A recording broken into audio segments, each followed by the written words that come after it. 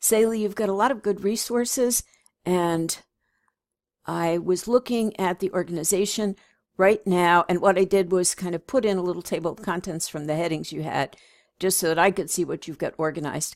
Now, you have made a good case for how you've got literature, and for the fact that the field is moving beyond just entertainment over into education. And right, you're not going to find a ton of articles directly on point.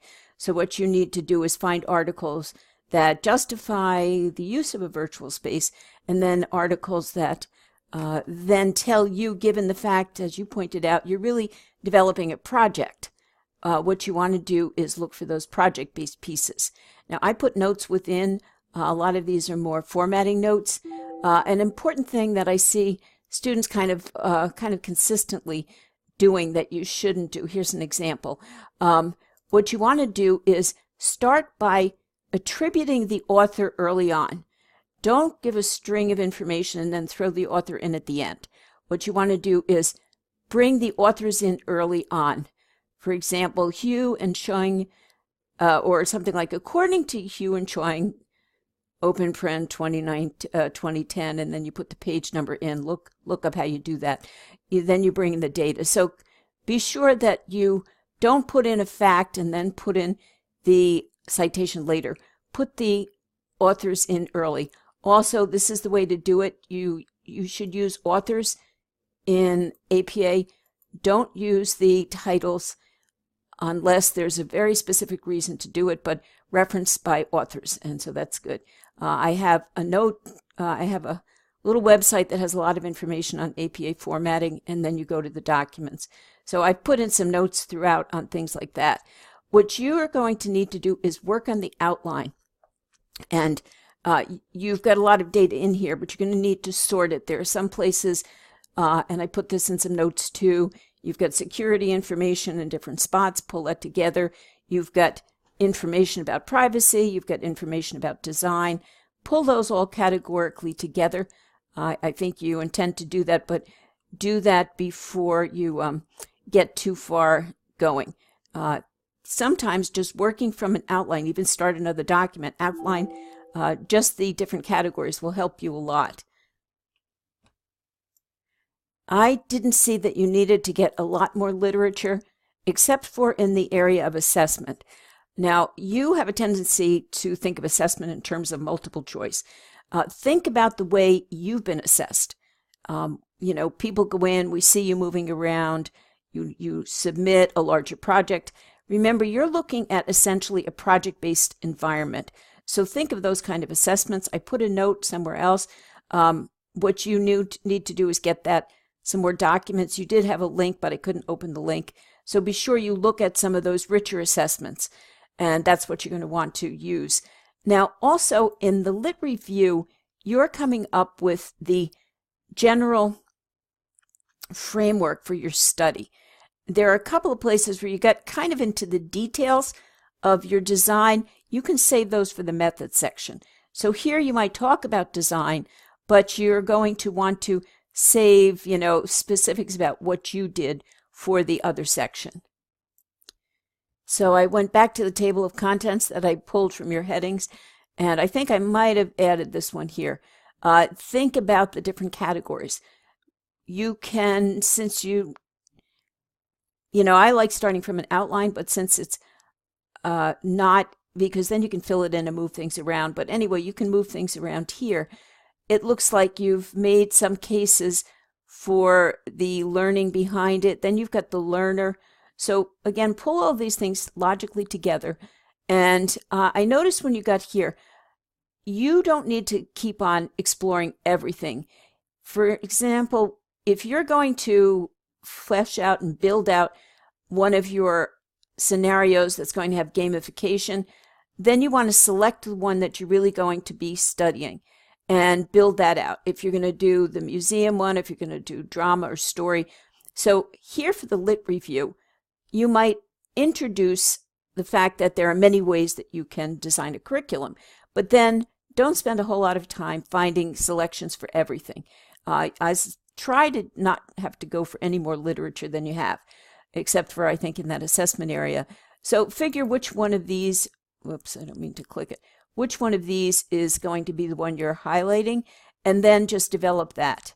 And you can see here you go back and forth between children and then the environment. So again, categorize and sort. As you're building up the literature, you might want to have the ethical consideration, the different types of learners. You've got special needs. Pull those together categorically. You started on learning theories. Select one or two. You're not going to be trying to prove in this document that you know all the learning theories. Just look at the ones relevant to what you're doing here. And so you can see from the headings, you've got kind of a lot of good information here, but organize it, categorize it, determine what order they go in. I sometimes do that within. Now that you know everything's in an outline format, I'm going to go up to View, Outline. And what I sometimes do myself is I just look at the outlines this way. So I can start to see where my categories are. And you can easily click and drag these around. So supposing security comes in under privacy, you bring that down and you make it a subcategory. So that's if you've used the headings. I went in and put a few headings in that you didn't seem to have, so I did add a couple of those, so I'm going to close that. But that's how you can try to organize the information, or you can cut and paste. But important that you come up with the categories and then flesh it out within. Your writing seems to be good. Don't worry about the writing. Worry about the organization and the ideas at this point. You want to let the reader understand that you've, within certain categories, explored what the world, what the literature has to tell you. And so think about the logical arguments that you're bringing forward to your learners. And then you can narrow in and be sure that the language is clear. Don't get hung up on language. Don't worry about language while you're getting your ideas assembled. So what I'd like you to do is take my notes, read this over, start categorizing. Once you've got that and you've got the basic framework written, then we'll have a talk together, and you can start telling me a little bit more about the methodology. Now, my recommendation is you've got such a rich environment, pick one of those areas on your islands that you're going to flesh out. And so when you're doing this lit review, keep that in mind. You don't have to justify all of your islands. You're building one of them out, and you're going to turn that one into a model. So don't worry about that. What you want to do is get me back the lit review organized. Even if at this point you want to start individual citations on separate little paragraphs, you can do that, and then you can pull them together. But get the organization of your ideas together, get these categories sorted, and find out a little bit more about assessment. Then you have some citation and formatting issues, but you can get to those later. First, work on the big concepts. So I think you have an island plan in mind. Don't think about every possible island. Think of the one you're going to be doing initially. If you have time to do more, that's fine.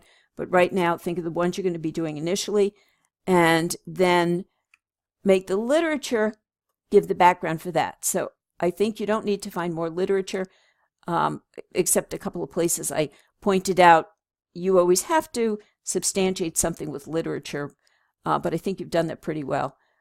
Just be sure that you're developing the assessment literature a little better, and I think you've got a great project, and now you're going to tell your story. So thanks.